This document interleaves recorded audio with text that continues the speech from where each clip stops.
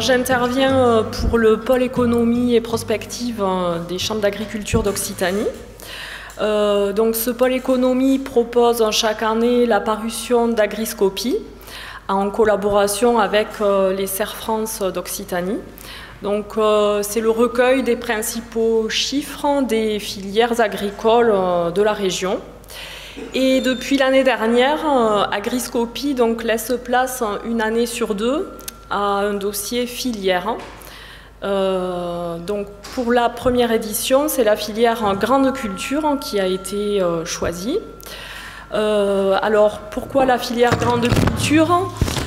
Parce que ça a été donc déjà évoqué depuis quelques années, les systèmes traditionnels en grande culture sont mis à mal par une conjoncture très défavorable, par des aléas climatiques de plus en plus fréquents et par des politiques agricoles auxquelles les agriculteurs doivent s'adapter. Du coup, on a pu constater aussi dans cette étude que les acteurs de la filière s'adaptent aujourd'hui. Donc on verra aussi ces voies d'adaptation dans un contexte qui est quand même assez compliqué et assez mouvant. Alors, tout d'abord, il faut rappeler que la filière grande culture en Occitanie, c'est vraiment une filière majeure. Donc, on va avoir un quart des exploitations agricoles qui sont spécialisées en grande culture. On va les retrouver surtout sur le bassin sud-ouest. Alors, elles sont concentrées dans les zones de plaine, de coteaux, voire de piémont. Mais on les trouve aussi sur le bassin méditerranéen, avec des cultures plus spécifiques. Alors, la première culture en Occitanie, c'est le blé tendre, suivi de près par le tournesol, puis le maïs grain, sachant qu'à L3, ces cultures représentent plus de 50% de la sole occitane. Mais il ne faut pas oublier qu'il y a une grande diversité de cultures en Occitanie, ce qui est un marqueur quand même de notre région. Et on va quand même citer certaines cultures qui apparaissent dans le palmarès national. Donc on a le soja par exemple, le sorgho, les légumes secs, qui sont sur la première marche du podium national en termes de surface. Donc déjà ici on commence à avoir des choses intéressantes par rapport à la précédente intervention où il était question des huiles notamment et donc du soja en particulier. On a aussi d'autres cultures telles que le blé dur, le maïs semence, le tournesol, le riz, le maïs doux qui apparaissent sur la deuxième marche du podium national. Donc pour les surfaces, donc des productions majeures pour notre pays. Alors pour finir, c'est vraiment une filière majeure. On a une production de 1 million d'hectares de grandes cultures en 2020, donc peut-être quelques chiffres qui sont faciles à retenir. Ça représente 4 millions de tonnes en céréales et oléoprotéagineux, presque 900 millions d'euros de chiffre d'affaires pour la région. Et donc, en termes d'exportation, c'est aussi une filière très très importante, puisqu'en 2021, on a voisiné les 800 millions d'euros.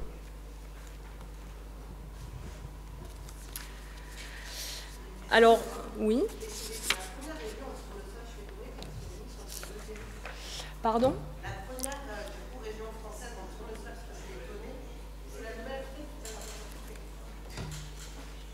Merci. Alors, oui. Bon, tu vas répondre à la question peut-être, mais après, je vous propose qu'on prenne les questions après l'intervention. Voilà, gardez vos questions et on pourra échanger ensuite. Donc là, on a ici, pour répondre à la question assez succinctement. Donc on se base sur les chiffres d'Agreste, donc de 2020. Et quand on regarde les surfaces au niveau français, qu'on les agrège au niveau régional, donc au niveau des surfaces, l'Occitanie se trouve en deuxième position. Voilà. Alors ça peut être variable selon les années, évidemment. Alors, on va un peu s'attarder sur les exploitations de grandes cultures. Hein. Le dernier recensement agricole nous permet de dresser un peu leur portrait et les évolutions par rapport à 2010. Donc ce que l'on va remarquer en priorité, c'est que, ça a été dit assez souvent, hein, au niveau global en France et même en Occitanie, on a une diminution importante du nombre des exploitations agricoles. Donc toutes filières confondues, c'est moins 18% pour l'Occitanie. Et en revanche, pour les exploitations de grandes cultures, on a un maintien du nombre d'exploitations. Donc ce qui est quand même notable. Alors, en revanche, si on a un maintien en général, on va quand même observer des modifications importantes au niveau du paysage de ces exploitations agricoles. En 2010, on avait 8 exploitations sur 10 qui étaient spécialisées en céréales et oléoprotéagineux. Donc, ce chiffre a largement diminué en 2020 pour laisser place à des exploitations plus diversifiées. Alors, ce qui est notable aussi pour l'Occitanie, c'est que l'on a une majorité de petites exploitations, voire de toutes petites exploitations. Alors, la tendance en évolution est la même qu'au niveau national. Donc, on a de plus en plus de grandes exploitations. Notamment sur les grandes exploitations, on a un doublement du nombre. Les moyennes exploitations augmentent aussi, hein, mais en revanche, on va avoir un maintien, voire une légère hausse des micro-exploitations qui sont vraiment des toutes petites exploitations puisque leur PBS est inférieur à 25 000 €.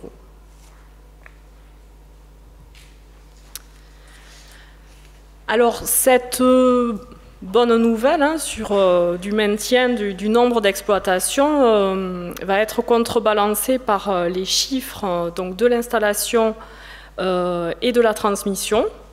Alors, on s'aperçoit là que le renouvellement des exploitations n'est pas assuré.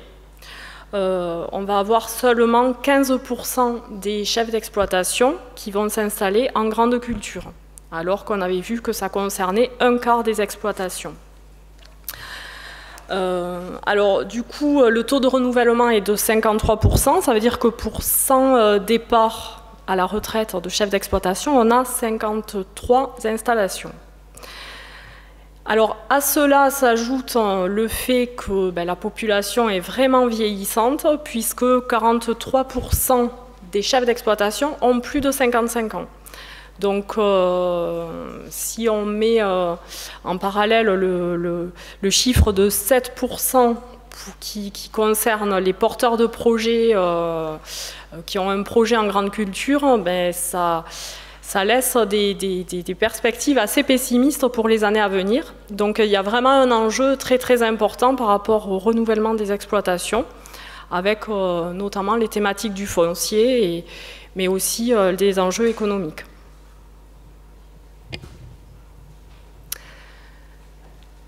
Alors après avoir regardé le panorama un peu des exploitations, si on regarde les assolements, donc l'une des spécificités aussi de l'Occitanie, hein, c'est la diversification des assolements, et qui est une tendance qui s'accentue en plus. Alors on va avoir toujours une majorité de céréales, mais qui va laisser une place beaucoup plus importante aux oléagineux et aux protéagineux, qui représentent en 2020 à peu près un tiers de la sole occitane. Alors, ces productions très diversifiées, on va quand même avoir une tendance qui va être généralement sur une productivité faible. Donc ça, c'est vraiment une tendance très très importante et qu'il faut prendre en compte en Occitanie. puisque en fait l'Occitanie est l'avant-dernier département pour ce qui concerne la productivité. Pardon, l'avant-dernière région en France pour ce qui concerne la productivité. Alors par exemple sur le blé tendre, on va avoir des rendements qui sont inférieurs de 25% à la moyenne nationale. Donc c'est quand même une variable qui est très importante à prendre en compte. Alors il faut quand même citer que certaines productions tirent plutôt leur épingle du jeu. Donc ce sera par exemple le cas du soja, du tournesol ou du maïs. Mais ces productions sont quand même souvent dépendantes de l'irrigation, notamment pour avoir des productions rentables. Sachant que l'irrigation, donc aujourd'hui, concerne 17% de la SAU régionale en général, donc ne concerne pas tous les secteurs non plus, même si c'est un enjeu majeur pour l'avenir des productions de grandes cultures.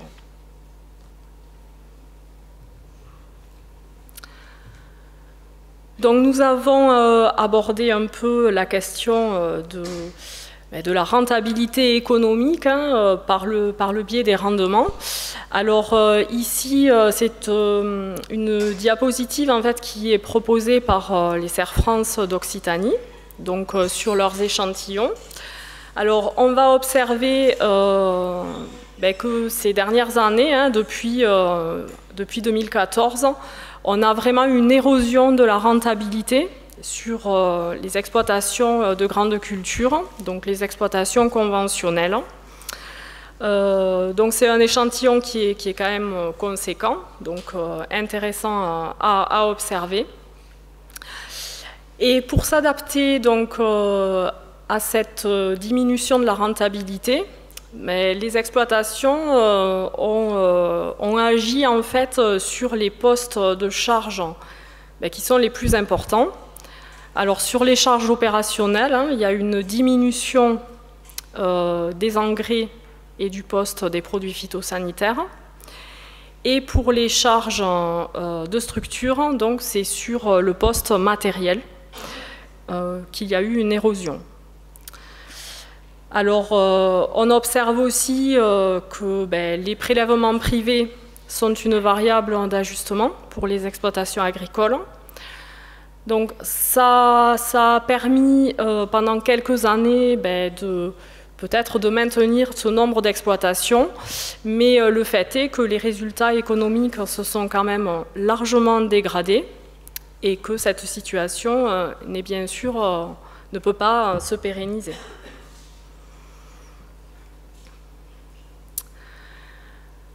Alors, donc nous avons vu que d'une part, on avait en Occitanie des productions avec un niveau de productivité plutôt faible par rapport aux autres régions, et que la rentabilité donc, était devenue un facteur un souci quand même assez important ces dernières années.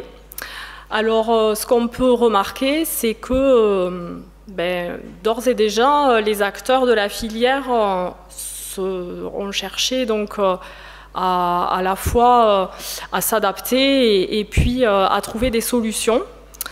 Alors, on va faire des zooms sur quelques solutions qui ont été trouvées. Alors, d'abord un zoom sur l'agriculture biologique. Alors, on va quand même rappeler que l'Occitanie est la première région de France pour l'agriculture biologique, en fait, donc très important. Ça représente 4300 exploitations en 2020 pour l'Occitanie en grande culture, soit 22% du total national, et environ 150 000 hectares. Alors, ces exploitations en agriculture biologique sont réparties sur l'ensemble de la région. On notera quand même qu'elles sont concentrées dans le sud-ouest, mais on en trouve vraiment sur toute la région. Ce qui est important de noter, c'est que l'agriculture biologique va permettre, en fait, correspond bien au système occitan, Donc on rappelle de petites exploitations avec des systèmes diversifiés. Ils essaient d'aller vers des rotations plus longues. Et donc on voit ici, en termes de diversification, on voit que l'assolement est totalement différent de ce que j'ai cité au tout début sur le conventionnel. Alors, les Serres France d'Occitanie ont un échantillon aussi sur les exploitations en agriculture biologique. Alors, il est notable que sur les années 2019-2020, la tendance est la même que pour les exploitations en conventionnel, mais on observe tout de même sur ces années-là une performance économique plus intéressante. Alors ce qui est bien sûr à revoir, peut-être à observer au vu des nouvelles tendances du marché, mais c'est quand même quelque chose de notable. Alors pour valoriser les terroirs en Occitanie, donc on a la filière semences qui est très intéressante. Alors elle permet, la filière semences en fait permet aux agriculteurs d'avoir des contrats et de limiter les effets de volatilité sur les prix. C'est la deuxième région productrice de semences en France. Donc on a 3100 agriculteurs multiplicateurs et ça représente un chiffre d'affaires conséquent de 125 millions d'euros. On a une certaine diversité sur les cultures de semences, sachant que la principale, c'est le maïs, semence, qui atteint presque les 50% de la surface. Alors, sur les semences, là aussi, Serres France a un échantillon de producteurs de maïs semences. Donc là, on observe, c'est l'échantillon où on a la meilleure rentabilité. On a vraiment des résultats intéressants. Alors par contre, il faut noter que c'est une production qui est assez exigeante, puisqu'il y a des exigences au niveau technique, ça requiert un niveau technique important, des investissements conséquents, et bien sûr, ça nécessite l'irrigation. Donc ça ne peut pas être développé sur tous les secteurs. Pour finir sur les faibles potentiels, donc, nous allons faire un petit zoom sur la production de légumineuses à graines qui tend à se développer ces dernières années. Alors là, ça fera écho aussi à ce que disait Thierry Pouche par rapport à ces légumineuses. Donc on notera au niveau du palmarès que l'Occitanie est la première région productrice de soja, avec quand même 36% de la production française. Première région productrice de légumes secs, de pois chiches, de fèves et fèves-rolles. Elle est deuxième sur le podium pour la production de lentilles et troisième pour les haricots secs. Alors, la production de légumineuses est intéressante parce que, en fait, aujourd'hui, les légumineuses sont la clé de voûte pour des systèmes avec des rotations peut-être longues et puis sur des systèmes plus durables. Et puis, ça permet de répondre aussi à l'autonomie protéique et donc à faire un lien avec les systèmes d'élevage.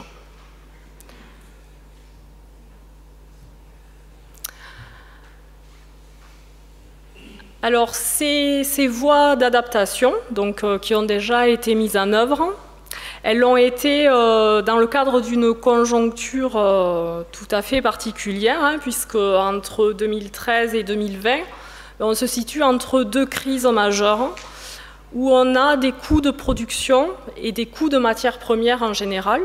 Du coup, les cours des céréales et oléoprotéagineux suivent la même tendance. Tous ces cours sont très bas. Donc, les prix sont bas, mais on n'a pas les phénomènes d'inflation que l'on connaît aujourd'hui. Donc, tout ceci s'est développé dans cette période-là. On a une production mondiale qui est alors tirée par la Chine, mais qui est toujours en hausse sur cette période-là, et des stocks qui sont élevés. Depuis 2020, donc, le contexte a fortement changé. En fait, la crise du Covid a amené cette insécurité alimentaire. Donc les coûts de production ont augmenté avec la guerre en Ukraine. Donc aujourd'hui, on se retrouve avec des exploitations qui, pour beaucoup, sont quand même en difficulté, on l'a vu, puisqu'elles ont subi une mauvaise conjoncture pendant plusieurs années. Leurs résultats économiques se sont dégradés, mais elles ont de nouveaux défis à relever. Donc ce qui est quand même assez compliqué. Et ces nouveaux défis, donc dans ces nouveaux défis, on a à la fois l'enjeu de l'autonomie alimentaire, du changement climatique, de la transition agroécologique, voilà, donc des exploitations qui, voilà, assez affaiblies pour surmonter tous ces défis à relever. Alors malgré tout, pour rester positif, on a quand même des choses qui sont très intéressantes en Occitanie. Alors, la filière grande culture, elle est très tournée vers l'export. Donc, au niveau, elle permet de réduire le déficit commercial. Elle a un niveau en termes de valeur, elle est très très productrice de valeur. Et bien que les normes et la réglementation viennent alourdir les charges et donc viennent peser sur les prix, on a des prix peut-être plus élevés que dans d'autres pays, il y a aussi un savoir-faire qui est intéressant et qui positionne l'Occitanie, la production de céréales occitane en bonne place pour tout ce qui est exportation vis-à-vis des pays proches, donc les pays européens ou d'Afrique du Nord. Alors en revanche, sur des destinations un peu plus lointaines, la compétitivité prix pose quelques problèmes en fait, puisqu'on est confronté à des pays producteurs qui ont certainement moins de charges que chez nous. Donc le point qui est quand même largement positif, c'est le savoir-faire en termes de traçabilité de notre région.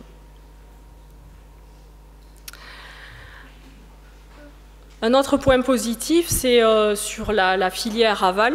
Donc il y a des débouchés très diversifiés. La filière est très dynamique et très organisée, avec un maillage très important au niveau des coopératives qui ont un fort poids en Occitanie. On notera qu'on a quand même 1,2 milliard d'euros de valeur ajoutée pour la filière régionale, ce qui est très important. Des débouchés qui sont diversifiés aussi entre l'alimentation animale et l'alimentation humaine. La valorisation des productions, avec par exemple des normes telles que HVE. Donc il y a un vrai savoir-faire au niveau de l'ensemble de la filière. Et des thématiques donc environnementales qui sont placées au centre des priorités et qui sont aussi vecteurs de progrès et de voies d'amélioration pour l'ensemble de la filière. Donc on reste sur une adaptation sur les enjeux au changement climatique. On cherche tout de même à conforter les filières traditionnelles, à organiser aussi des filières en développement et à développer la filière des protéines végétales qui est une spécificité quand même en Occitanie. Donc ce qui est notable, c'est que même si les exploitations agricoles sont aujourd'hui sortent d'une période très compliquée et entrent dans une nouvelle période très compliquée, il semble que toutes les armes soient quand même à disposition de la filière pour rester optimistes. Et donc que les acteurs de la filière pourront prendre la suite de tout cela et porter des projets de développement. Merci Sabine.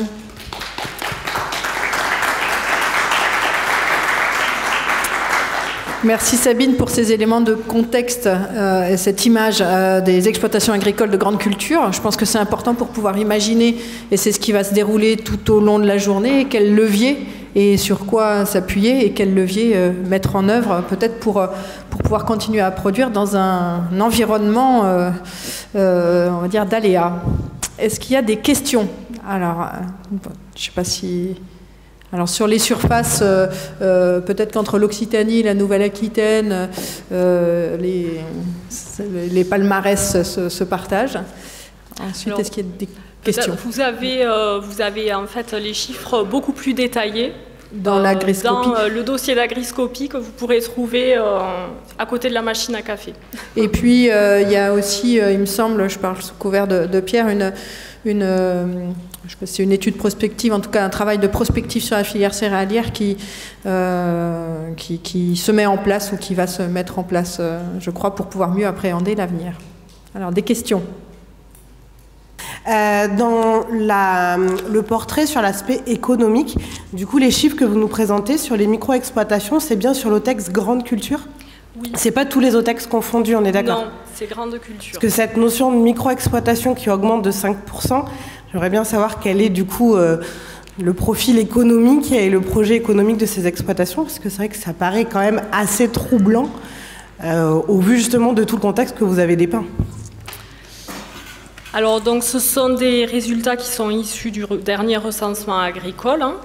Alors, on n'a pas forcément d'informations sur les projets économiques de ce type d'exploitation. Alors, simplement, quand on recroise les résultats, donc on a parlé de résilience, de petites exploitations qui aussi